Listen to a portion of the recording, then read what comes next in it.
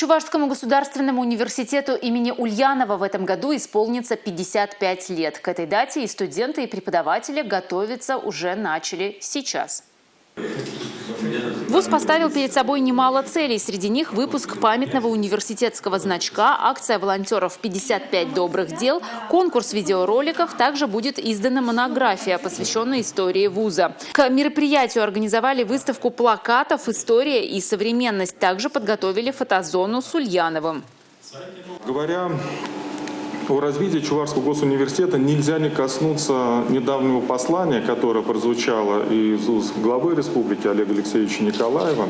И одно из его поручений, тезисов, которые были озвучены на прошлой неделе, звучало таким образом, что необходимо у нас в республике выстроить учебно-производственный класс. Чувашский госуниверситет, по большому счету, выстроил вот эту уникальную связку между предприятиями, с одной стороны, и школами, с другой.